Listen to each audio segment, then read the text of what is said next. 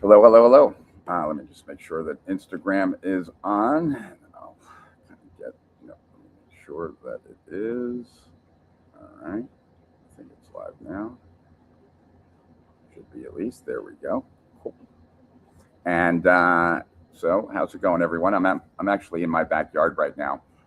Decided that to do it from here instead of my office, partly because Kim needs to go out and I'm going to need to watch the dog. So figured dog can get into a lot less trouble out here than she can in my office. Let me know if you guys can hear me. Um, and it's nice to see you, Sean. And Sean asked, could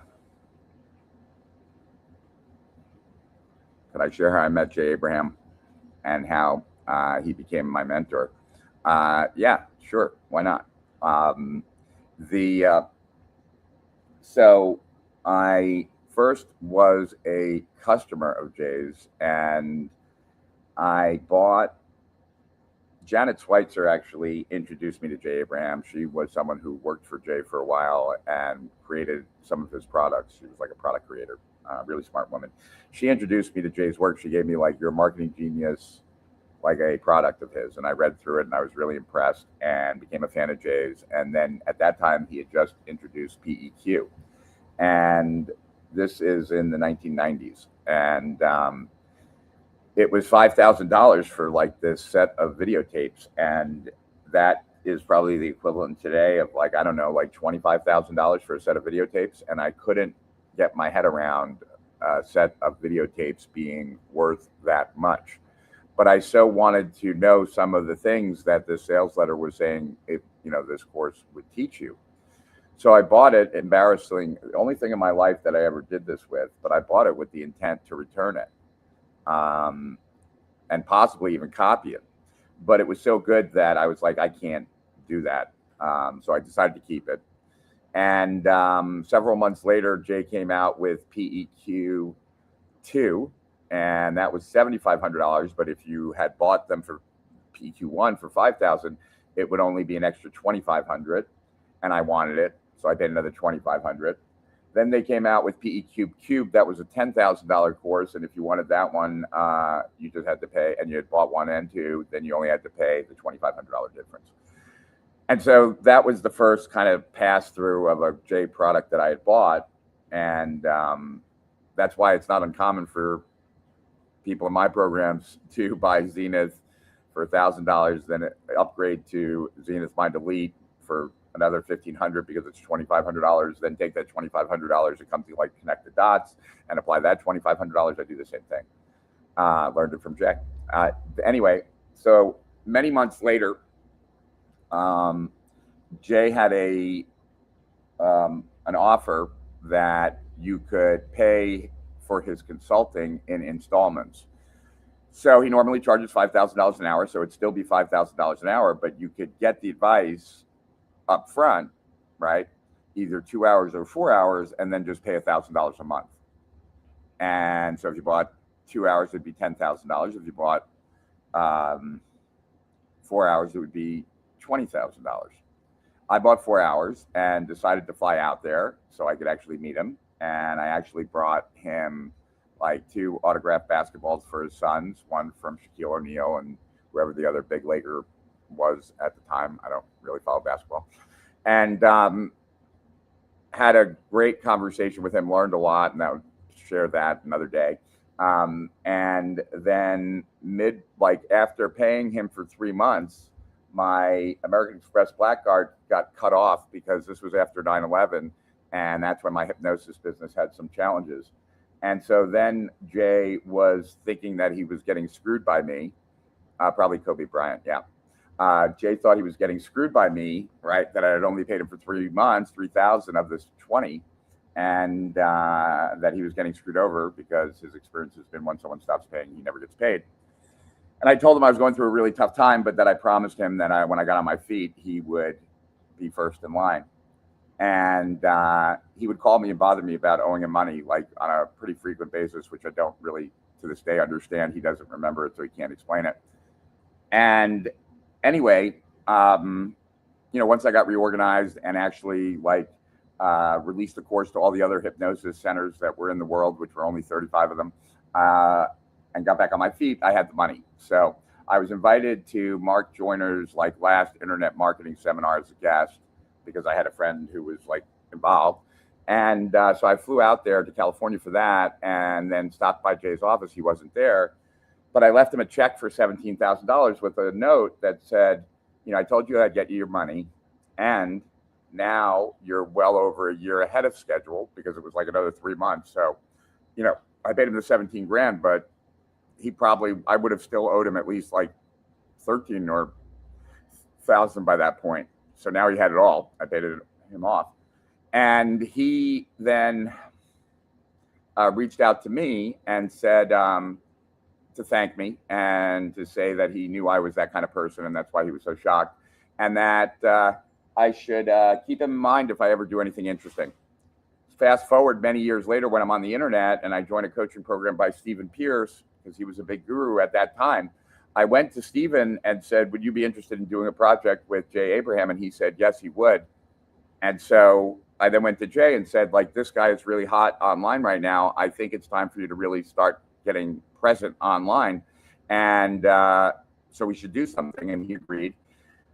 And then we did a teleseminar series. And that teleseminar series then turned into a coaching program. And that coaching program did really well for the next 2 years. And then Stephen and Jay had a falling out. And that's when I launched my own coaching. And I guess you could say the rest is history. From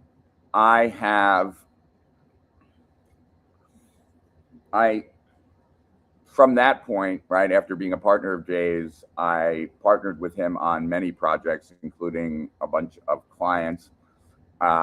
Jay and I used to have a program together that we charged $1 million for. And it was, you paid a $50,000 non-refundable deposit that got you 6 months, and we got 4% of the increase in gross until you paid off the $1 million. So after we helped you make an extra 25 million, you gave us, you know, paid us off the $1 million. And we've done a lot of stuff together and over the years, and I've just gravitated towards them probably because in a scary way, my mind works a lot like his. And Jay has generated a lot of wealth in his life, but has always been challenged really growing his own business in a lot of ways that I've been as well. I feel like I've crossed that burden. I have like a really good team right now. And so it was really phenomenal to have both Jay and Mark at my, here 2 days ago, just because of everything I told you yesterday. And I hope you guys did what I said yesterday. With that. And so Mahatma asked, are you able to show your command center in action, tell it to run a skill and show it how it decides and creates? I'd love to do that.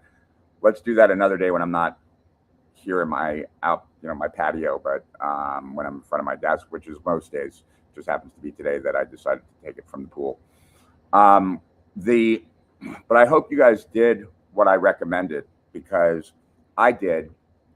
And for those that weren't on yesterday, what I was talking about was going into ChatGPT anonymously and asking ChatGPT a question that you want to be the answer for.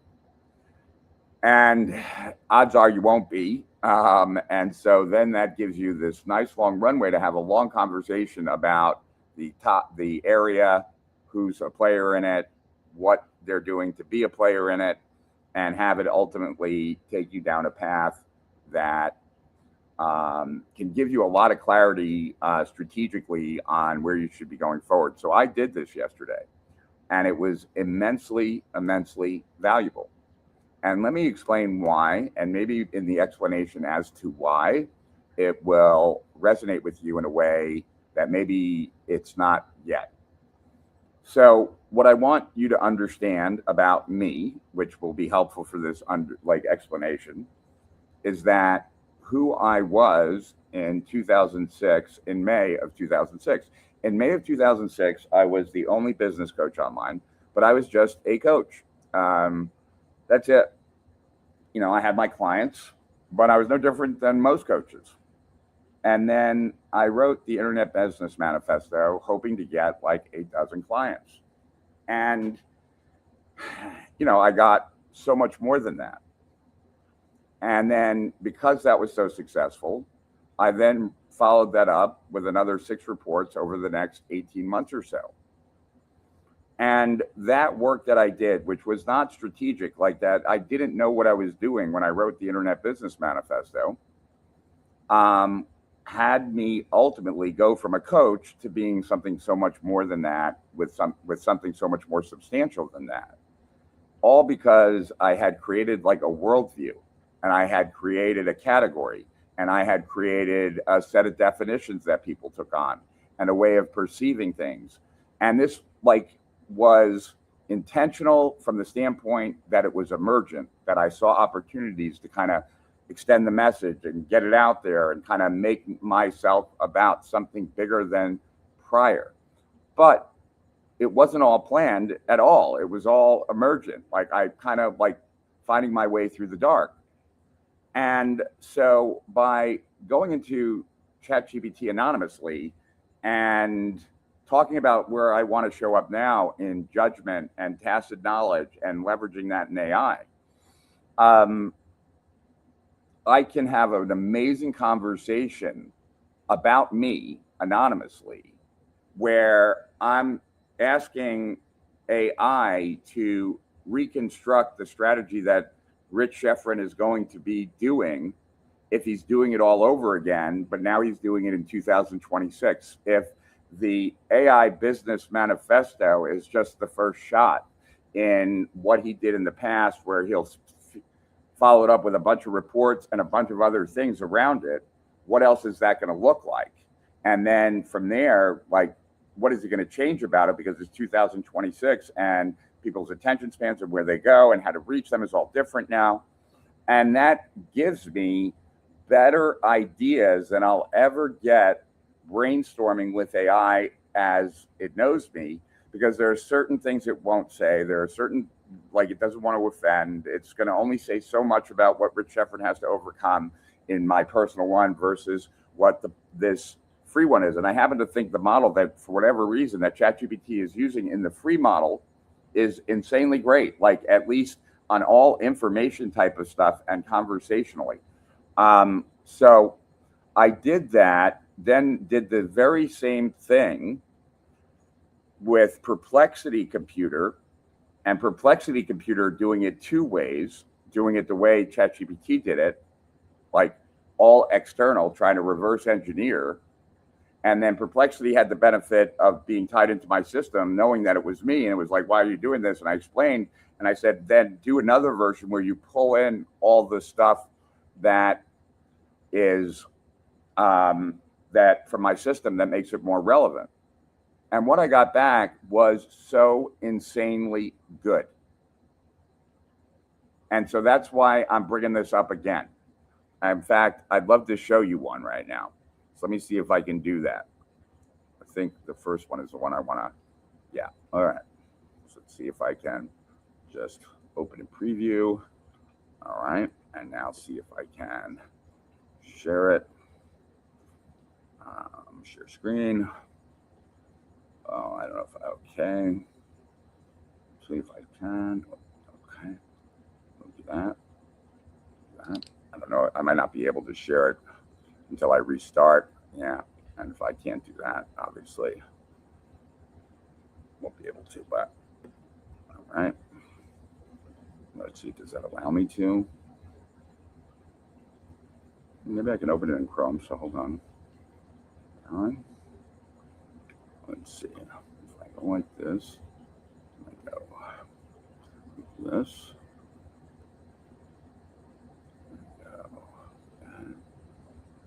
Documents. So I go here, open documents, and where is this? All right, there we go. Almost there, guys. Sorry. Promise it might be worth it. That's not the one. Where is it? No. Oh, this is not. It's downloads. Oops. All right. Chevron documents. Sorry, guys. I know this doesn't make for great airtime. Here's what I found. Where is the son of a bitch? All right, hold on. Let me just export this or save this as duplicate. All right, there we go. Rich advice. Okay. Can I do that? Move from desktop. Move. All right. Where did I just move? This one. Sorry, guys. All right. I don't think I'm gonna be able to do this. I wish I could. I'll do it tomorrow. But I can read it actually, so I could do that, and maybe I should just do that. All right, so why don't we do that? All right, so I'll read you this document and just the first little part, because I think you'll get what why I think it's valuable, and why I think you should do it, more importantly. And I just wish I could get this thing. There it is. Okay, where is it? There it is. Okay, so there. Open with Google Chrome. There we go. All right, now I can do this. Now I can actually share it. Okay. All right, so Chrome, share screen, category creation playbook. There we go. All right, so let me just make sure. All right. Let's see, maybe this is better. Can I make this bigger? Make it bigger, can I? Oh, that's too big. So let me remake that. All right. And oh, that's not bad. How it's doing that. Okay. So let me now go to the actual page so I can see the category creation playbook. Crap. Okay. What is this? What am I looking at here? All right, there we go. All right, so okay, prescriptive 52-week sequence for owning the AI that knows your category and for running the same engine on the next one. Read part 1 once, read part 2 with a marker in hand, use part 3 as a weekly reference. All right, so I'm just going to read the first page and then show you the diagram on the second page. You are not working from a checklist, you are running an engine. A checklist asks whether an item has been completed. An engine asks whether one force is producing the next. The distinction matters because category creation does not happen when you publish a strong diagnosis, invent a clever phrase, or schedule a launch. It happens when a diagnosis makes an enemy legible. The enemy makes an identity reversal necessary. The identity reversal makes a portable model valuable. The model gives people something to distribute. Distribution creates the event. The event produces implementers and validators, and their work creates external objects. Those objects make the diagnosis easier for the next person to discover. Each move supplies pressure to the next. Each move also hardens the prior one. So in case you don't understand what that just said, it says, you're not following a checklist where you're just checking off boxes, because it's not about just taking the action. It's about whether or not that action produces the force necessary to trip the next key piece of these 8 pieces. So that doesn't happen when you just publish a strong diagnosis, or you create some kind of clever phrase, or you do some kind of launch. It happens when you create a diagnosis, and when someone hears it, it makes the enemy that they have obvious.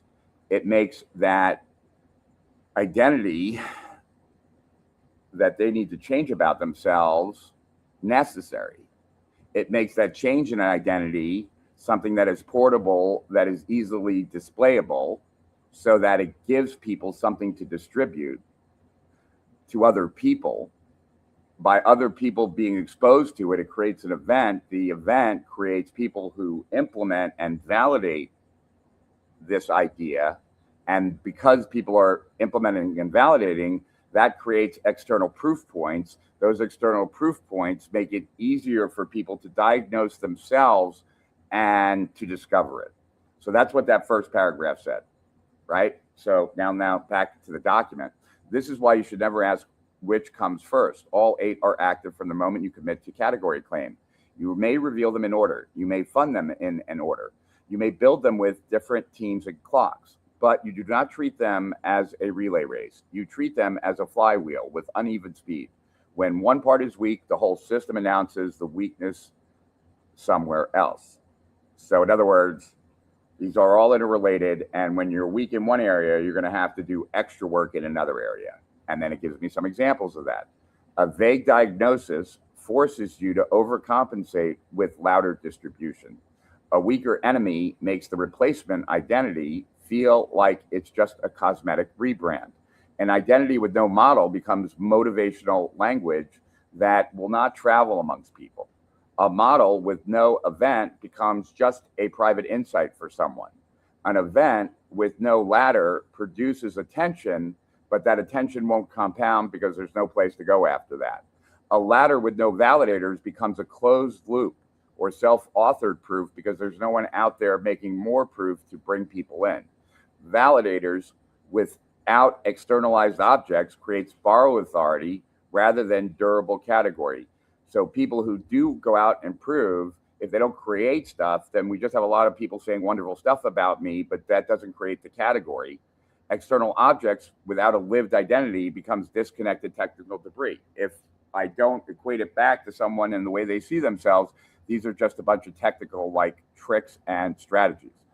So now the last paragraph.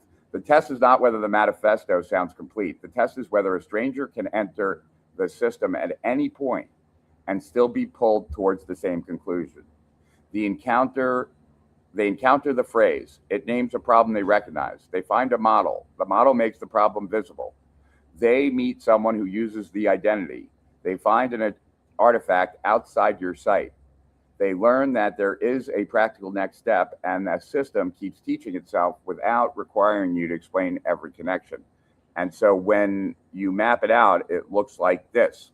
And this is the engine that I used in the past to create a category. By move 1, diagnosing the surface of the failure. Move 2, naming the enemy. So in the Internet Business Manifesto, that was opportunity seeking, right? In the current AI manifesto, it's the assembler, but I haven't built out the assembler as much as I've built out opportunity seeker. So I know I have to build that out more. Invert the identity, right? From assembler to architect, from opportunity seeker to strategic entrepreneur. I have to do, after I have fully defined who an assembler is in a way that people see themselves in, then I have to paint the picture of how it is for the other side, right? Then move 4, portable model, right? A carryable artifact so that people can share, like post to their site, whatever. A distribution event, a manifesto scale drop, right? Like I introduce these sub reports or a video or whatever, ladder up that there's a way to go to the next thing. Like we just did an imprint challenge. Validator network, me pushing it out to all the people I know so that they can talk about it more, right? So I just hope that you see that I'm not, and then it says here, I'll just read this last little thing here. You have already operated this engine once at scale. In the June 22nd, 2006 Internet Business Manifesto cycle, the diagnosis was not a shortage of traffic or tactics. It was strategic absence expressed as opportunistic thinking. The enemy was the opportunity seeker, the imitation game, and the owner-centered pseudo-business. The replacement identity became the strategic entrepreneur. The U diagram turned an invisible structural defect into an object people could recognize in a second. The free report created the distribution event. The sequence into the missing chapter and the final chapter kept reopening the question, business growth system, and the later layers converted recognition into implementation. Jay Abraham, the Agora connection, and the transfer and the broader direct response network widened the validator field. The language stayed alive because it was repeatedly attached to diagrams, reports, programs, and the way people describe their own behavior. And then it goes on, right? But hopefully, from what I read to you, you can understand that that is an analysis that would be hard to get almost anywhere. That it is better at analyzing what I did in the past than I can do, and then take what I did in the past, recognize the elements that really made it work, recognize that 2026 is very different than 2006, that 2006, people would read a report, and that now that report was just really setting the overall structure or boundaries or the umbrella concepts that now I'm going to take much further. Because I want to do what I did back in 2006 from the standpoint that what I did in 2006 was go from a standard coach that nobody knew to something so much bigger and more present than that. I want to do the same thing in AI, and I want to do it around judgment and tacit knowledge and preference, and capturing that from the entrepreneur and or executive, and building out AI around that. So so I generated 4 different documents like that last night from 4 different perspectives. One from inside my machine, that was the one I was reading you. One from totally outside my machine, and that one's really valuable too, but takes a very different perspective on it, but gives the most honest because it doesn't know that it's talking to me. And then another one that looked at anything and everything out there as it relates to judgment and perception and point of view and discernment and taste, and looked at Atlas and Imprint. And if I wanted to out Sheffrin, and what would I need to put on top of that to make this whole system much more valuable, and who is closest to that, and what can we learn from everything that's been created everywhere.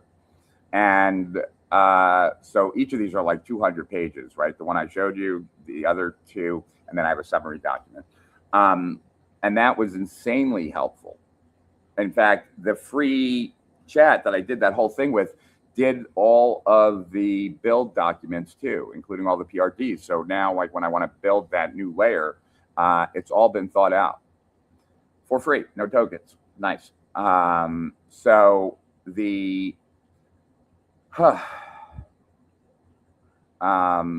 that's like what I wanted to share with you today. And I guess it's 12:31, so it's a perfect time to kind of wrap.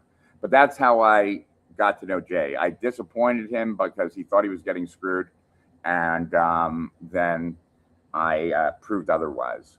And I brought him, I've been a source of intellectual kind of dispersion for him, just like I have been for Mark. Some of his books, he thanks me in the front of them, like the Sticking Point Solution was based on a bunch of my work, and a few of his other books as well. I get Jay to think at a higher level sometimes, and he does that for me all the time. It was the same, and I brought him to Japan where he's made millions of dollars, just like I brought Mark, and just like I gave Mark Ready, Fire, Aim and everything else. So there you go, guys. So I hope you have a wonderfully profitable day. Thanks for showing up. Thanks for being here. Tomorrow I'll be back in my office, and if you want me to build something for you, just let me know. And I can also show you how I run my command center and all that kind of stuff as well. And for those of you that come back all the time, I have a really interesting story that I'll share tomorrow if someone reminds me. And it's a story about me and Jay Abraham, me and a copywriter named Harlan Kilstein, and the absolute optimal way to deal with the optimal way to profit when somebody disappoints you, and the worst way to respond that actually makes things 10 times worse. So someone disappoints you. I have a really great story about same sort of scenario.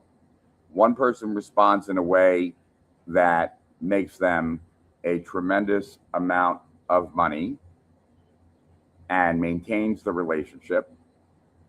One person responds in a different way, ends up making way less than they would have made, like by a factor of at least 10, and also permanently damage the relationship. So if someone reminds me of that, I'll tell that story, juicy gossip kind of story. Some of you might find really interesting. And of course, the preference will be on AI. And for those that weren't here yesterday, I was recapping having Jay Abraham here for the Connect the Dots that we did this past weekend, and then Mark Ford showing up because he's a neighbor of mine as well as being a mentor. And just having Jay and Mark there was something truly special to me because these are the two people I've learned the most from over the years. So with that, make today profitable to higher profits beyond. I'll see you tomorrow. Rich Sheffrin, over and out.